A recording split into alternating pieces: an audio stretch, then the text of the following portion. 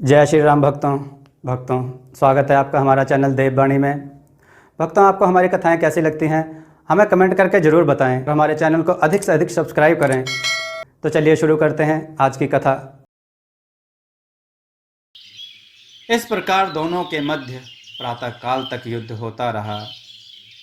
दानव बार बार किसी वृक्ष की मोटी डाल तोड़कर अथवा पूरा वृक्ष उखाड़कर किन्नर राजा पर प्रहार करता और किन्नर राजा अपनी चालाकी और फुर्ती से उसका वार बचा जाता।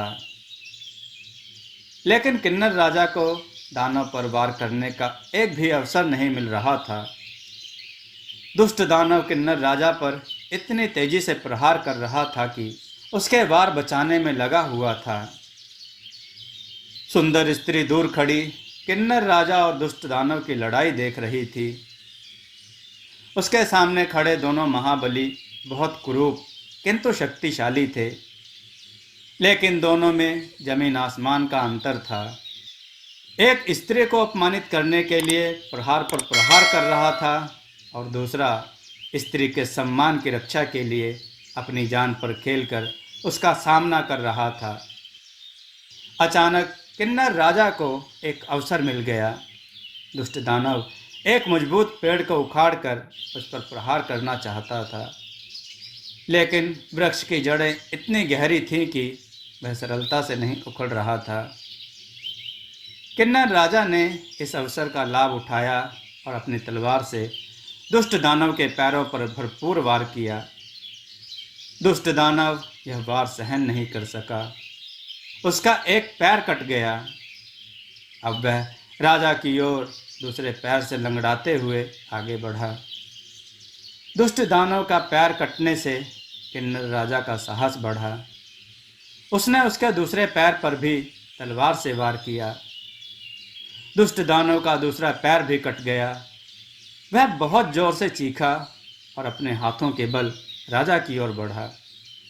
किन्नर राजा पहले से ही सावधान था। उसने एक एक करके दुष्ट दानव के दोनों हाथ काट डाले और अंत में उसका सर काटकर उसे मार डाला। सुंदर युवती ने राक्षस को मरते देखा तो उसकी जान में जान आई। उसे अपने सामने खड़ा कुरूप व्यक्ति बड़ा सुंदर लग रहा था। किन्नर राजा अभी तक दुष्ट दानव से युद्ध करने में लगा था। उसने इस रूपसी को ठीक से देखा भी नहीं था। दानव के मरने के बाद उसने युवती को ठीक से नीचे से ऊपर तक देखा। युवती बड़ी सुंदर थी और उसे मोहक नज़रों से देख रही थी। किन्नर राजा उसे देखकर मुस्कुराया और उसने अपने दोनों हाथ आगे बढ़ाए। सुंदर युवती संभवतः इसी क्षण की प्रतीक्षा में थी। वह आगे बढ़ी और किन्नर राजा के हृदय से लग गई। किन्नर राजा बड़ी देर तक युवती के सर पर हाथ फेरता रहा। इसके बाद दोनों में बातें होने लगीं। इन्हीं बातों में युवती ने उसे बताया कि वह एक ऋषि कन्या है। उसके पिता परम तपस्वी ऋषि हैं और यहीं पास में ही उनका आश्रम है। युवती ने किन्नर राजा को अपने पिता के पास ले चलने की इच्छा भी व्यक्त की। उसने किन्नर राजा को यह भी बताया कि उसके पिता बड़े क्रोधी हैं, किंतु इसमें घबराने या परेशान होने की कोई बात नहीं। किन्नर राजा को युवती बहुत अच्छी लगी। वह उसकी सुंदरता पर मोहित हो चुका था और उससे विवाह करना चाहता था। अतः वह ऋषि के पास जाने के लिए सहर्ष तैयार हो गया। अचानक ऋषि स्वयं प्रकट हो गए। वह अपनी कन्या को ढूंढते हुए यहाँ पहुँचे थे।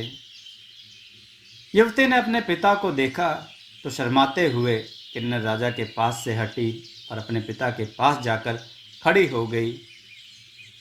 उसने अपने पिता को बताया कि पिछली शाम वह उनके लिए जंगल से फल फूल लेने निकली तो एक दानव उनके पीछे पड़ गया। दानव उसे अपमानित करना चाहता था। इसके साथ ही उसने पिता को यह भी बताया कि किन्नर राजा ने किस प्रकार दानव को मारा और उसकी रक्षा की। उसने पास पड़ा दानव का छत विच्छत शरीर भी उन्हें दिखाया। ऋषि किन्नर राजा से बहुत प्रभावित हुए और उसे अपने आश्रम में ले गए।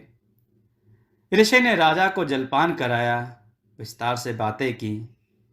इन्हीं बातों से किन्नर राजा को यह पता चला कि यह ही वह ऋषि हैं जिनके श्राप से किन्नर देश के सभी लोग कुरूप हो गए हैं। ऋषि को भी यह मालूम होने पर बहुत दुख हुआ, किंतु वह अपना दिया हुआ श्राप वापस नहीं ले सकते थे। ऋषि ने बहुत सोच विचार किया और फिर किन्नर राजा को लेकर आश्रम के बाहर आ गए। उन्होंने अपने कमंडल से थोड़ा सा जल निकाला और चारों दिशाओं में छिड़क दिया। ऋषि के ऐसा करते ही चारों ओर नए नए वृक्ष निकल आए। यह वृक्ष लाल रंग के फूलों से लदे थे। ऋषि कन्या और किन्नर राजा दोनों यह बड़े आश्चर्य से देख रहे थे।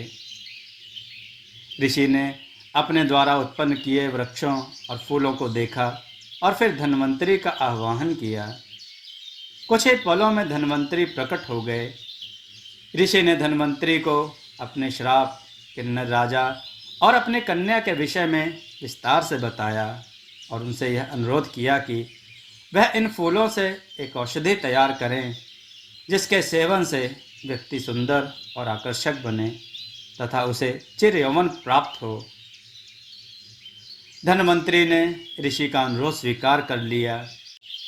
उन्होंने इन नए नए लाल फूलों से ऋषि के आश्रम में ही एक अलौकिक औषधि तैयार कर दी तथा किन्नर राजा से इसे खाने के लिए कहा।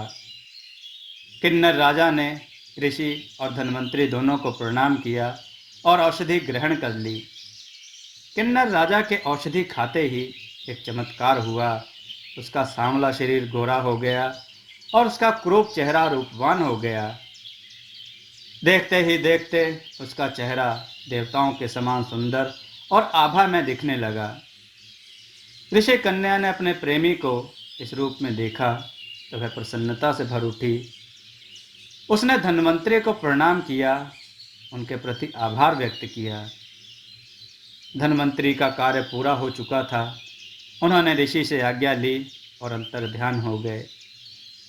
वह जाते जाते लाल फूलों से तैयार की गई शेष औषधि किन्नर राजा को दे गए। ऋषि को भी किन्नर राजा का नया रंग रूप अच्छा लगा। उन्होंने उसके साथ अपनी कन्या का विवाह करके उन्हें विदा किया और अपनी तपस्या में लीन हो गए। किन्नर राजा ऋषि कन्या के साथ अपने राजमहल में आ गया। उसने अगले दिन अपने राज्य के सभी लोगों को धन्वंतरी द्वारा तैयार की गई औषधि दी। इससे उसके राज्य के सभी किन्नर पहले के समान सुंदर हो गए। ऋषि के चमत्कार से उत्पन्न जिन फूलों से धन्वंतरी ने सुंदरता और चिर यौवन की औषधि तैयार की थी, वे आगे चलकर बुरांश के नाम से प्रसिद्ध हुए। दोस्तों, आपको यह कथा कैसी लगी? अपने विचार और सुझाव कमेंट में जरूर दें। हमारी कथाओं को लाइक करें, हमारे चैनल को सब्सक्राइब करना न भूलें। हमारी कथाओं को शेयर जरूर करें जिससे लोगों को अच्छा ज्ञान प्राप्त हो। जय श्री राम भक्तों।